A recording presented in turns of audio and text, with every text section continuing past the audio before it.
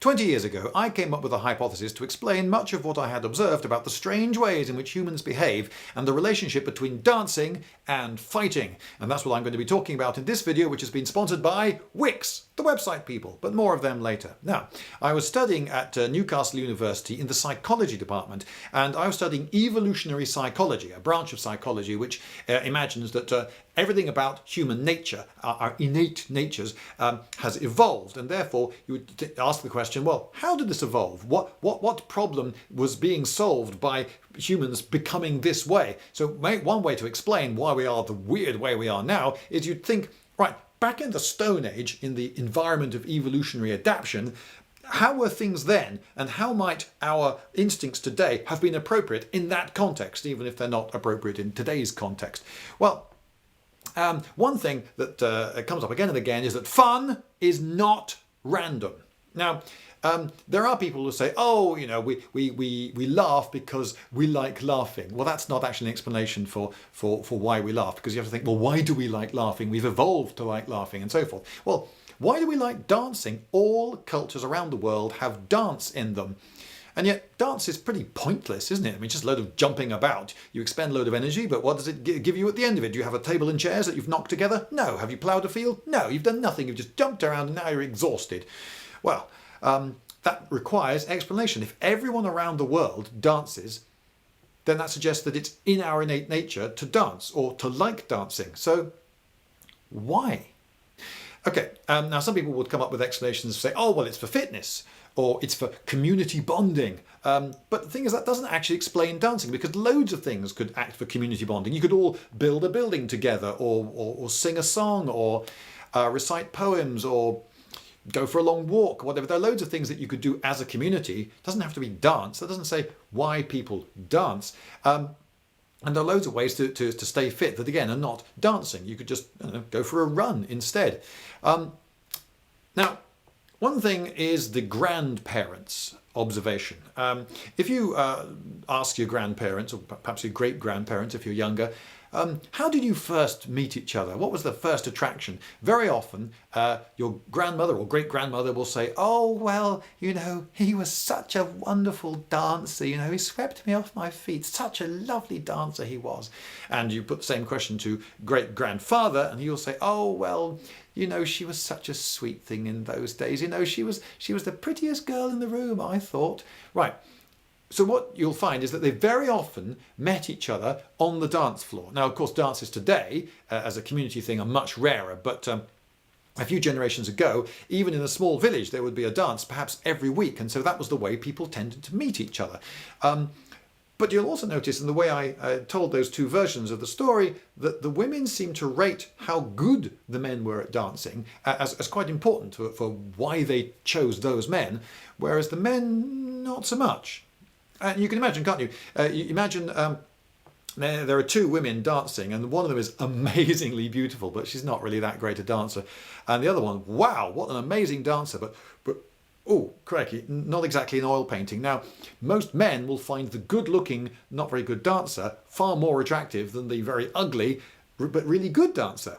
So it seems that men don't rate dance skill that highly. And I don't think that's a coincidence, and I don't think it's random. Now, if you go to a nightclub in Britain today, you will observe certain behaviours. Now, I'm not saying that you will observe these all around the world, but in a British nightclub, particularly if you go a bit early, you'll see that there are no guys on the dance floor at all. That the population of the dance floor is entirely female, and that a lot of them are just dancing in groups, in rings, perhaps around a pile of handbags. And they're not dancing with tremendous skill. They're just sort of bopping along, amiably, smiling around. Yeah, that's about the level of skill. So they're not saying, hey, everyone, look at me, look how amazingly skillfully I'm dancing. That's not what they're doing. But they are saying, I'm here and I'm having a good time, which is something that they want other people in the room to know. If they are trying to show off in any way, they're probably trying to show off what a great body they have rather than what amazing skills they have in dancing. The men, they turn up and perhaps they need a bit of Dutch courage before they get onto the dance floor. They might put quite a few pints in them before they get onto the dance floor, and they'll perhaps wait for the dance floor to be crowded, because then they can hide on the dance floor, which is pretty handy. And once they're sloshed enough, they've got an excuse for not being able to dance very skillfully. If earlier on a guy does try to get up and dance on his own, he looks like the one lonely guy, and loneliness is not something that women find attractive, and people think he's a bit of a nutter. So, but he could try to break into one of the rings of dancers of women. That's not going to go down well if he tries to join in with one of those rings of women who perhaps know each other, and who's this guy, and you can see that's likely to end quite badly. If he gets on the dance floor and he's a really terrific dancer, and he's really cutting around, doing some amazing spins and jumps and what have you, people are going to think, what a show-off. Again, the guy just can't win. One way to get guys onto the dance floor, or rather that guys can get themselves onto the dance floor, is the rowdy mob. You get a load of guys together, and they get on, perhaps they've had a few drinks by this stage, but maybe they're not, they don't necessarily have to be drunk, but they get on the floor and they're rowdy, and they're very definitely with each other, and they focus on each other, look at each other, they don't look at the women. And they're guys together, they're one of the gang. That's what they're showing all observers. They're one of the gang, and they can take it, you know, they can take a hit, and they can give a hit, and they don't mind, because, you know, they're with their mates. And that's a message which they can broadcast to the room. But again, it's not exactly we're dancing skillfully. Well, they're not. Now, there is, though, there is an overlap between dancing and fighting. Patrick Swayze, famed for Dirty Dancing, karate black belt. Before he became ever so famous as a really good kung fuist, Bruce Lee was Hong Kong Cha-Cha champion. Yeah, it seems that a lot of the best dancers make really good martial artists, or Vicky Verk. A lot of the best martial artists make really good dancers. And there are dance styles, aren't there, like capoeira, for instance. What is capoeira a dance? It is for some people, but is it a martial art? Well, it is for some people, and for some people it's both. The overlap there in capoeira is very, very strong. Wushu, I would say, is probably more dance than martial art, but it's very obvious what its martial art pedigree is. You do all sorts of vigorous, violent moves and swirls and leaps and so forth with a sword in your hand. So it's sort of martial arts turned into a dance. And then you've got a lot of country dances, like Scottish sword dancing and so forth. Okay, more removed from a martial art, but you can still see there's still some overlap between dancing and fighting. Well, what are the skills that you need to be a really good dancer? Well, obviously you'll need good posture. Good poise, you'll need a strength and stamina and coordination. And what else do you need? Balance, suppleness, that really helps. Speed, obviously, if you're going to do like a triple spin and then boom, suddenly hit a pose and hit the beat, you're going to need speed. Oh yeah, and to hit the beat, you'll need timing as well. So you need timing. Good. What else? You need an ability, particularly when you're dancing with a partner, to read that partner's movements, to predict what that partner's going to do and then react to those movements. Oh yes, and of course you need style. Right. So those are the attributes that you need to be a good dancer. So what do you need to be a good fighter?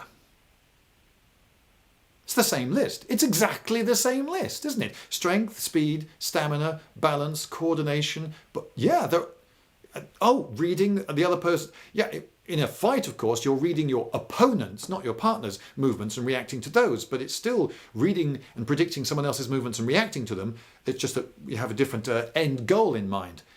Oh, wait a minute, I said style. No. Style is also important in fighting. If you've got good style, if you do some pretty impressive moves before the fight starts, then perhaps the other guy isn't going to be so keen on fighting you. He'll go somewhere else and find someone else that's intimidating to fight. Yeah, intimidation through style is part of fighting. And if you can beat someone up with style, then people watching that happen will think, whoa, let's leave that guy well alone, because not only can he beat someone up, but he's got enough left over to put some style into it as well. Okay, that's clearly a guy to be reckoned with. Right, so the list of traits that make a good fighter and make a good dancer is the same.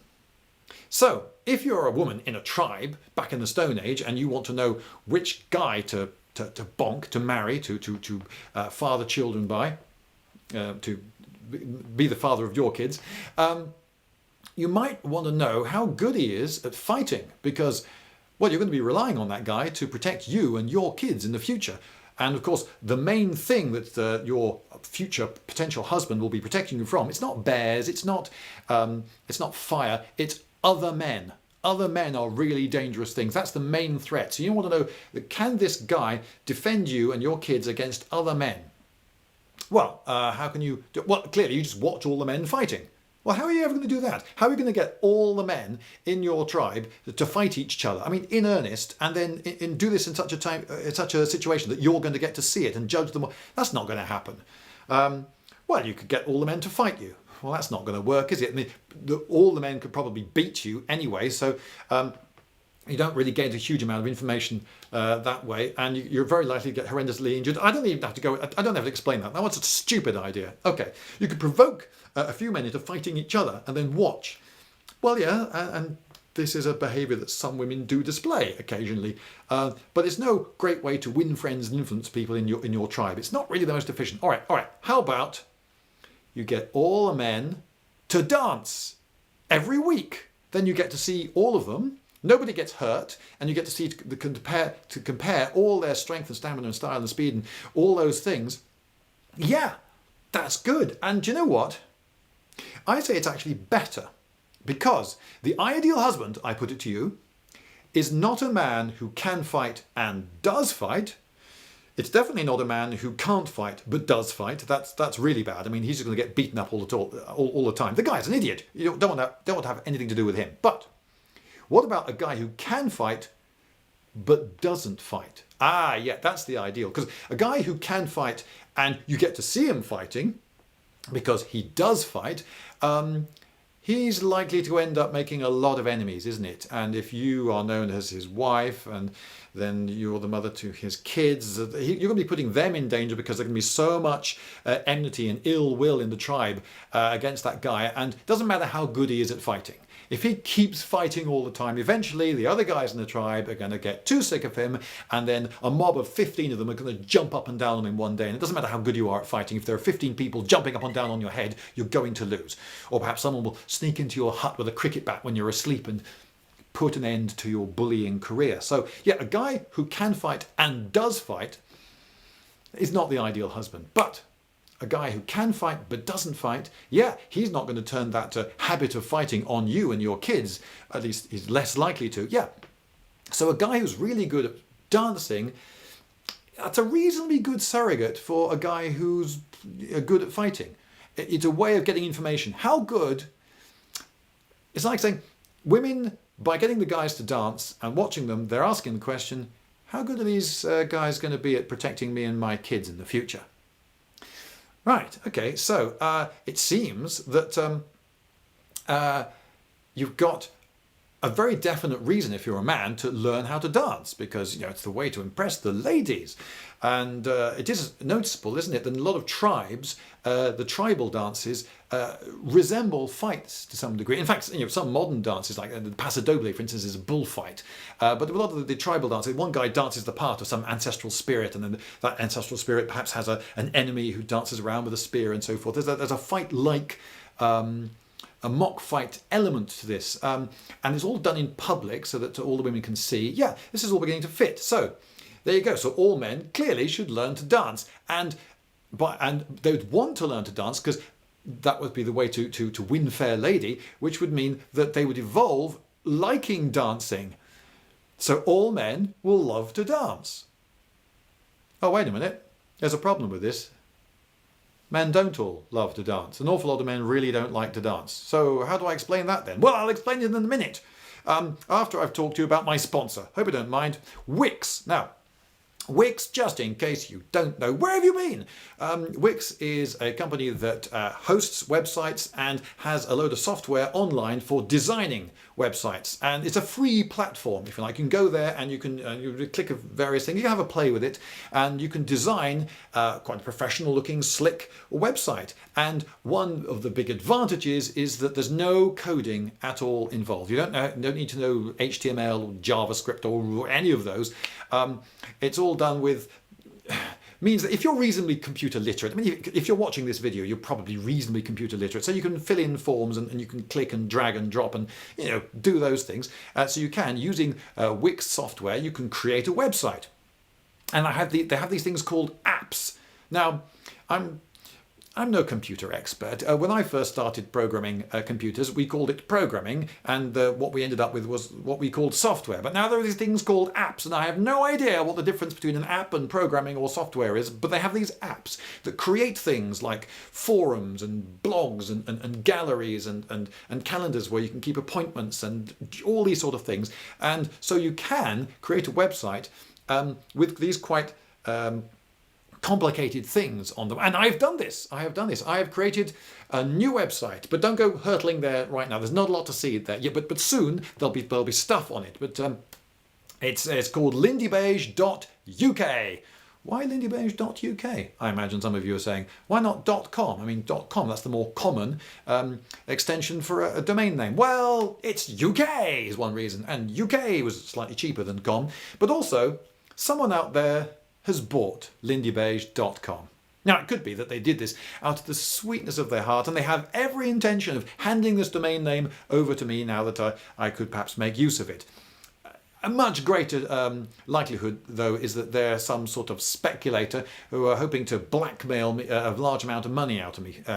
In which case, if you have bought Lindybeige.com, well, I hope you feel very silly that I've gone with Lindybeige.uk. Very silly and very disappointed, and frankly, I hope you're very ashamed of yourself. Anyway, I seem to have strayed from Wix. Yes, so Wix, they host websites as well as they're doing the design stuff, and it's robust. Now, having tried to program websites in the past using the code, using HTML, trying to get reasonably complicated things to work on Opera and Mozilla Firefox and Safari and all the others has always proven something of a nightmare. But with Wix, you just do it and it works on one and it works on them all. Hooray, that's really useful.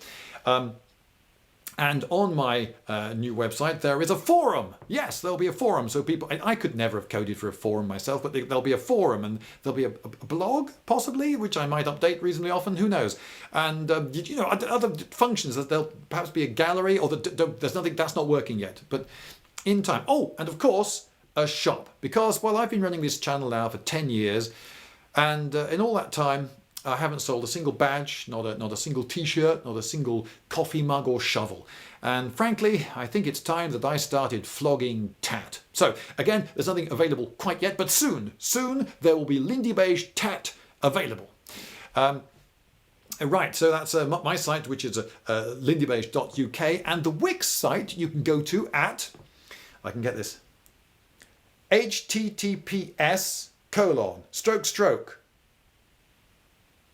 wix.com/go/Lindybeige. Yes, I think that's right.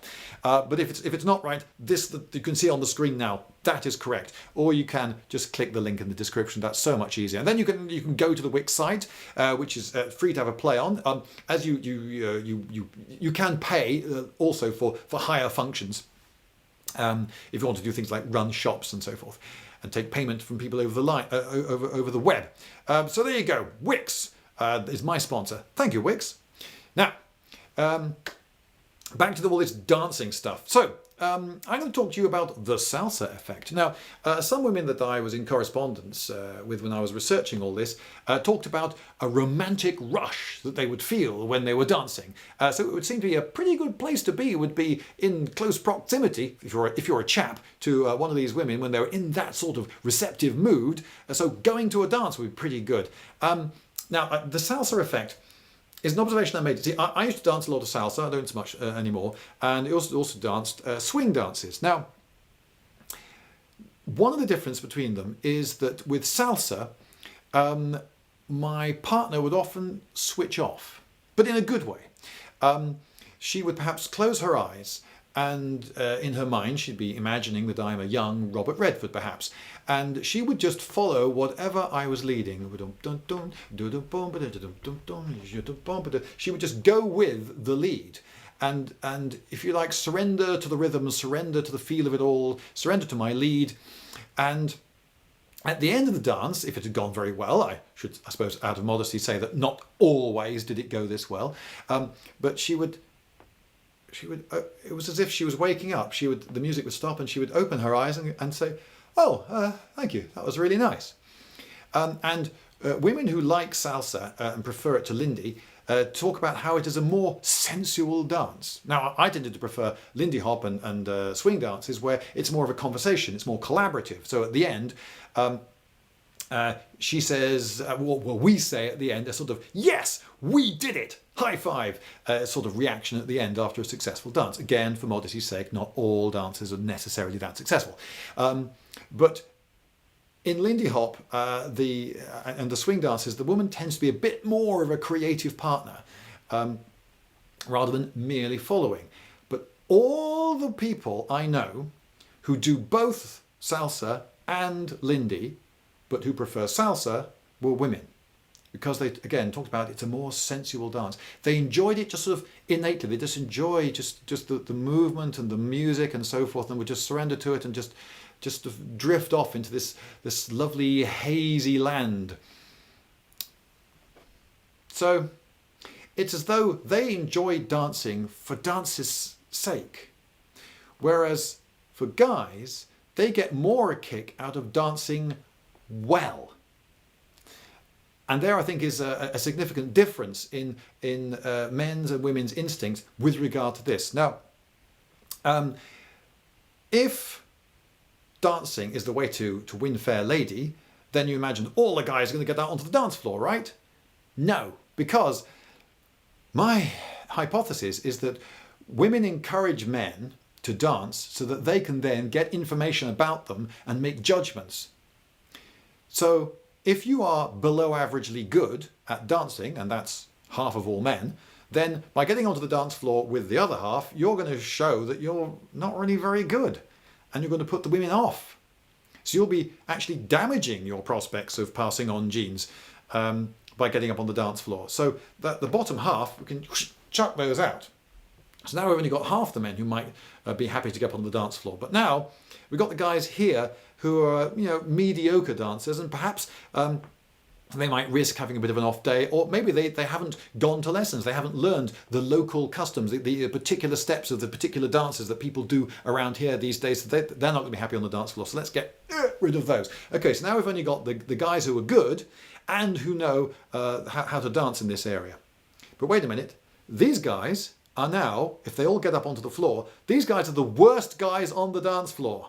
So even they are going to get up with a certain amount of trepidation. They have to get over this hurdle though, because unless they get up on the dance floor many, many times, they will never get to that end of the spectrum. So perhaps some of these will actually endure to the end, but there'll be a high drop off, and a lot of these guys, they won't go either. So we've only got the tip of the iceberg of the guys who will actually be happy to get up and dance. They will show off, and they will show all the women just how terrifically great they are and what potential good husbands they might make. Although actually not just husbands, also potential flings on the side, but more of that in a minute. So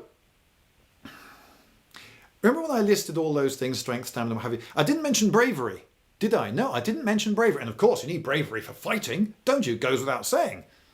Wait a minute though, what is bravery? Why do we have to feel brave to do something? Well, you have to be brave in order to do something at which you might fail and where the consequences of failure are quite severe. It would be rational to evolve fears of that sort of thing. If evolution is concerned here, then it's to do with how likely are you to survive and pass on your genes. Surviving on its own is useless if you don't pass on your genes. So, if you need bravery, for instance, to jump across a crevasse, which you do, you can understand that if you fail to jump across the crevasse, the consequences could really hurt your chances of passing on genes. But there has to be some reward. Yeah, there has to be some reason to jump across the crevasse. There's no point in jumping across the crevasse unless you impress people or get a thing which is the other side of the crevasse, which is really good. So you have to risk something. There has to be something worth getting. And that is how we evolve fear. But so why would we fear doing something? It's because it lowers our chances of breeding. Well, That's not just fighting. That's anything which lowers our chances of breeding. We will perhaps evolve a fear of. So, for instance, public speaking is something that loads of people are really frightened of because they're frightened of making a fool of themselves. It's difficult, public speaking, for a lot of people. So you don't want to get up and make a fool of yourself in public because then everyone in the tribe will have seen, and everyone will remember for years and years and years. And when visitors come from outside the tribe, people say, oh, you should have heard the speech he made 5 years ago. It was hilarious. He made such a fool of himself. They'll never let you live it down. Doing stuff in front of a very large number of people, which can go wrong, is scary. Okay, so if you get up and dance and show all the women of the tribe that you're a rubbish dancer, therefore probably not a good potential mate, you have done something catastrophic to your chances of breeding. Because don't forget, in a Stone Age tribe, those people, that's your entire potential mating pool. You don't live in a big city where you can just get on a train and go somewhere where there are loads more women who don't know you.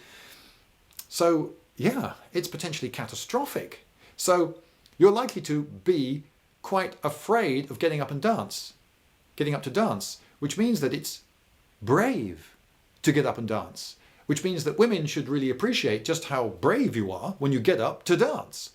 But also, aren't there people who are scornful of dance? Who are the most scornful of dancers?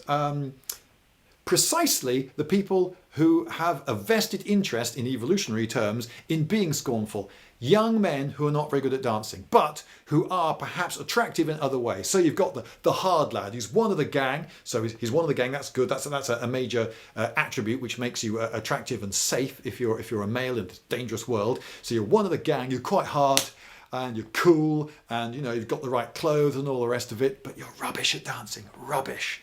And there's a guy over there, he's not cool, wears the wrong type of trainers, goes to the wrong school, but he's a good dancer. And the girls might quite like that. And when they see him dancing, you can see some of the girls that you often hang around with looking at him and, oh, actually, he can dance quite well. Yeah, only sissies dance. He has got the biggest vested interest in making everyone believe that only sissies dance. And yeah, I would say that those people are the most scornful of men who dance well, and they are the ones with the biggest vested interest, and it's not a coincidence. So, posh women. I want to talk about posh women next. You see, posh women don't dance with wild abandon, do they? Think of all the posh women and their dances back through the ages. They dance with refined etiquette, with education. So back in the periods when women were dancing the gavotte and the volta and things like that, they were showing that they had learned these steps, and it was expensive. You had to have a ballroom, you had to have a dance instructor and so forth. Not anyone would know these dances. So if you're a posh woman, why would you want to learn a dance like that? Well, if you're a posh woman, you don't want all the posh men just bonking the best looking of the lower orders, do you? You want them bonking one of you, preferably actually you. You want a husband who's a prince or a count or an earl or something. You want to be in polite society at court with the king and so forth. So if you learn a dance form that excludes all the uneducated women, you put yourself into that potential mating pool through the medium of dance. What about the lower orders? See, guys are still going to be interested, though, aren't they, in seeing women dance really sexily. And I would predict, therefore, that throughout the ages, most professional women dancers actually weren't doing the very formal stuff. They were doing the sexy dances. I think that's true today, and I suspect it's been true for a very long time. But what about the guys? Okay, so if you are a nobleman and you have some sons, why would you spend a lot of money in getting dance instructors? Well, because those sons are going to get the pick of the best women, aren't they? So it's definitely going to be, and they could have some affairs on the side and bonk the scullery maid on top. So yeah, it's definitely worth your coin in terms of passing on more genes to your grandchildren and great-grandchildren to invest in dance education for your sons. And dance education was, until very recently, absolutely a standard, even essential part of every nobleman's education, certainly in Europe. But, okay, what about low-status men? What about them? Oh, yeah, dance is a way out of the ghetto, isn't it? Only for a very, very, very few. But if you are a seriously good dancer, then there were people, for instance, originating dances like the Charleston and hip hop and so forth. These were not rich, high status men. These were very low status men. But by getting really seriously good at some dance, they were able, just a very small number of them, to break out and become a success in the wider world through the medium of dance. Okay, I'm going to change topic now and talk about smell. Smell, yes. Now, a lot of science has gone into looking at smell, and it seems that it's now pretty firmly established that women can actually tell quite a lot about the quality of men by how they smell. There is a big caveat to this. The contraceptive pill plays havoc with all sorts of these abilities of women, and smell is one of them. So women who are on the pill tend not to be able to smell the quality of a mate very well. But women who are not on the pill can smell whether you're a compatible partner quite effectively. So given that this is, albeit a subconscious, avenue for getting information about men, it would be something that women will have evolved to want to do. So they'll want to smell all the guys. Oh, how can you smell all the guys? Besides, what have they been doing? That guy, he empties sewer pits for a living, and those guys have been out hunting antelope for the last 5 days, and frankly, they honk terribly. Oh, wait a minute. Organise a dance. Yeah, all the guys will, wash and brush up, and then they'll get sweaty, and you will not be smelling the old, rancid, bacteria-ridden, smelly, not very informative sweat. This will be fresh sweat. How do you smell fresh sweat on all the guys? Organise a dance, and then you can dance with the guys and smell fresh sweat on all of them, and get some more information. So are there any other ways you can do it? Well, of course, you could bonk all the guys. No, that's terrible. That's a terrible idea. Yes, that's one way to get a man sweaty, but you're trying to work out which guys to bonk, and if you bonk in order to fight, that's too late. That's a stupid idea. Okay, well, you could play vigorous sports with all of them, and again, that's just a way to get really badly injured. No, just get them all to dance. Yeah, that'll work really well. Okay. So, is dancing old? Well, we have evidence going back to something like 9,000 BC, pictures, for instance, of dancers, but most of the evidence comes from people who are farmers. But I believe that dancing is much older than that. I think hunter-gatherers, just as they do today in the tiny, very rare hunter-gatherer tribes on little Polynesian islands and little remote places in the middle of Africa, they dance. Similarly, I think that hunter-gatherers way, way back in the past dance. And one of my pieces of evidence for this is the simple fact that I think that a love of dancing is actually innate. That we have evolved these instincts, and therefore that would have taken a very long time, and therefore I think it evolved in the environment of evolutionary adaptation back in the Stone Age. So I think that hunter-gatherers danced in groups. Actually, I've just thought, I was at a festival years ago. It was a Lorca festival. I don't know why, but they had a Lorca festival in a Spanish poet in Newcastle, and there are about 600 of us in the civic centre, and about half of us were people like me who were reasonably au fait with the dance scene, and about the other half, another 300, they were there because there was a beer promotion on.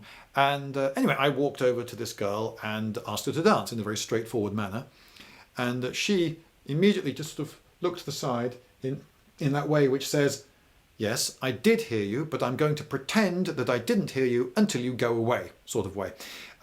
Anyway, this was a rather disappointing reaction, and my eye quite naturally just flicked to the chap that she was with, almost certainly her boyfriend. And wow, if looks could kill, the thunderous, murderous look he was giving me was quite extraordinary. It was shortly after this incident that I developed this theory, because it struck me that actually they were both behaving in a perfectly rational manner. You see, she was demonstrating her fidelity to her chap by spurning me so thoroughly, and he was rightfully hostile, perhaps. I mean, the simple fact that I had, with such confidence and apparent ease, asked her to dance suggested, wrongly, that I was actually pretty good at salsa. Back in those days, in fact, I knew of all of about 3 salsa moves, but he didn't know that. So that suggested that I was a good dancer, and if he wasn't a good dancer, then why should he let I know the word let. You know what I mean by let. Why should he let her dance with me? And because he's not going to come out well if I turned out to be a good dancer, which perhaps I wouldn't have. But never mind, it's all theory. So in fact, his hostility to me was quite rational too. And it put me in mind of salt acid or saltacid spiders, who are the Fred Astaire's of spiders, who have complicated mating rituals. They often bring up the abdomen and shake that about and bring up legs and do all sorts of weird semaphore. They dance as part of a sort of courtship ritual to impress the females. And they're dancing away, dancing away. But if another male spider comes along, and starts trying to dance, hey, look at me instead, vroom, suddenly, out with the fangs, they take up combat positions, and it's a fight. So dancing is serious business. Yeah, he was perhaps rational to be as hostile as he was. A bit of a shame, but there you go. Now, I put this hypothesis of mine on the Human Behaviour and Evolutionary mailing group back in 1998, and someone saw it at a university psychology department and mentioned it to one of his undergraduates, who then made it her dissertation subject, and she did a load of research to see if my theory actually holds water. Now, the first thing she did was get a load of women to rate various traits in how important they thought it was for judging a man's attractiveness. And okay, how good a chap was at dancing was fairly low down the list, way below being tall or being kind or being rich, for instance. But it was above good at football. So there you go, footballers learn to dance. So that supported me, albeit a little bit weakly. She also showed videos of different men dancing with different abilities and got women to rate these men as attractive. Of course, they didn't know necessarily that it was on their dance skill that they were being rated. So were they good-looking men? Were their clothes nice? Did they appear to be rich? Did they look kind and so forth? But also, the dancing, was that an influence? And yes, the data backed me up in that women did rate quite significantly the better dancers. However, I think I ought to say that the sample size was rather small. So it's far from conclusive. More work in this important field needs to be done. Now, it is a testable hypothesis, and I shall now make a number of predictions. For instance, I predict that yes, it'll be true that absolutely all societies around the world have dance as part of their culture. I believe it'll also be true that there is not any society in which dancing is only ever done in private. Yes, of course, people might practice a dance in private, but I believe that always, when it actually comes to the main dance, the main thing, the main performance, the main ritual, the main activity, whatever, it will be done where everyone can see it. It'll be done in public. And that if men dance a routine together in unison, they will never do this when women can't see them. Men will not dance solely for other men. And I believe that all women around the world in all societies will, in general, put greater emphasis on someone's dance ability in choosing a mate. Greater emphasis than men, that is.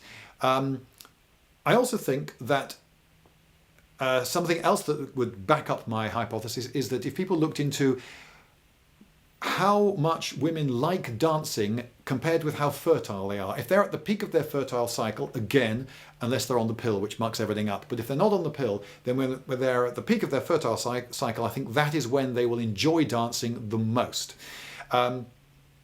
Also, there are societies around the world where dancing isn't like an endurance thing.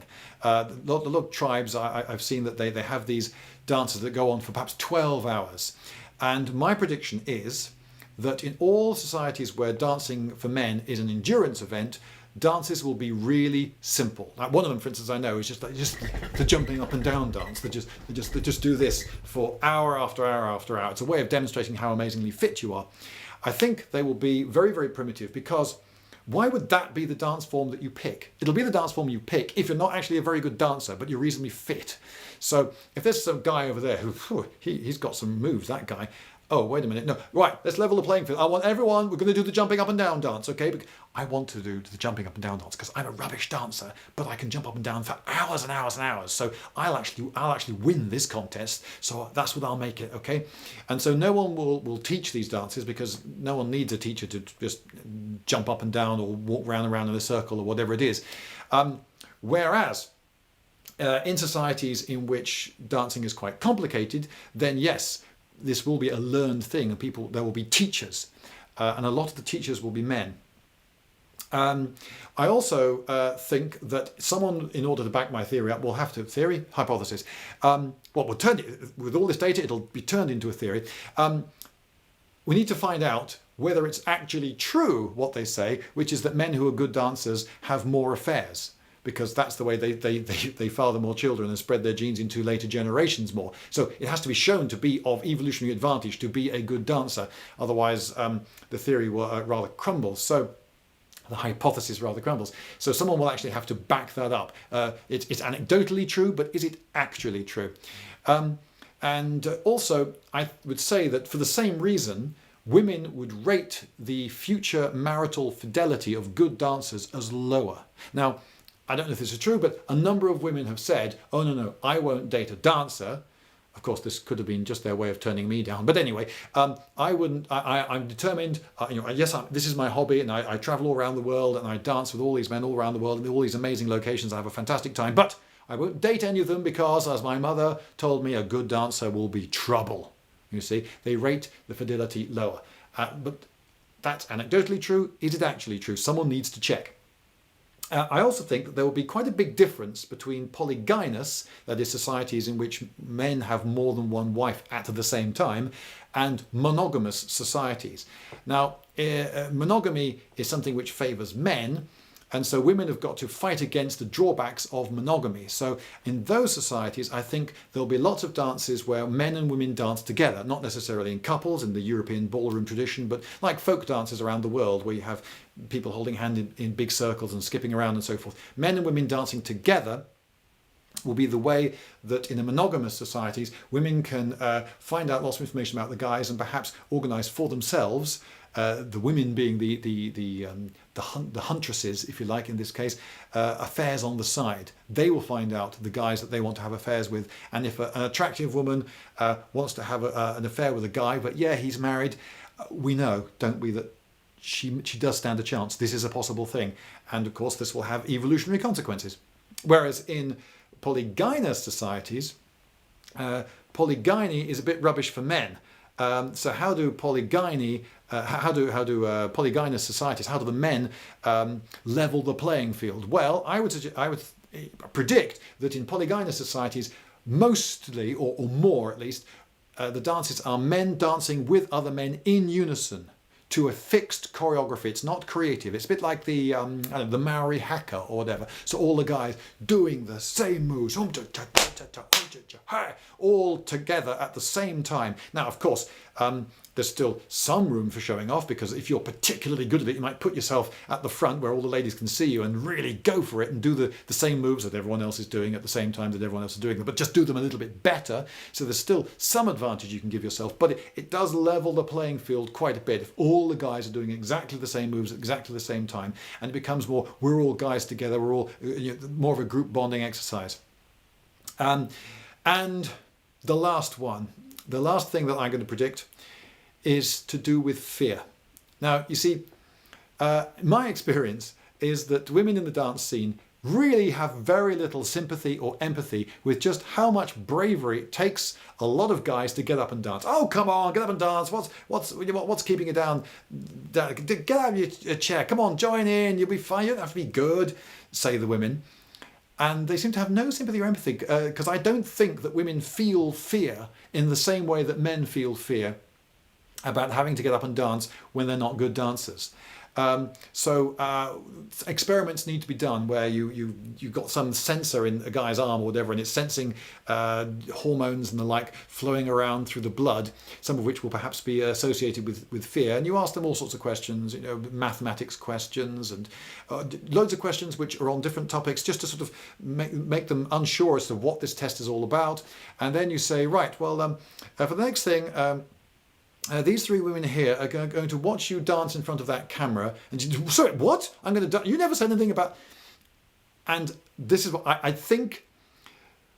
Men will register a very definite fear reaction, and how big that fear reaction will depend quite definitely on how good they are at dancing. So you need to find out somehow how good these guys are at dancing, and the guys who are not good at dancing, I think, will have a huge great spike in the fear chemicals flowing around them, and that whilst some women will have a bit of a peak there as well, I don't think it'll be anything like as great a spike as the guys, and that would really back up my hypothesis. So that's what I want to find out. I want to find out just how terrifying is dancing to men all around the world.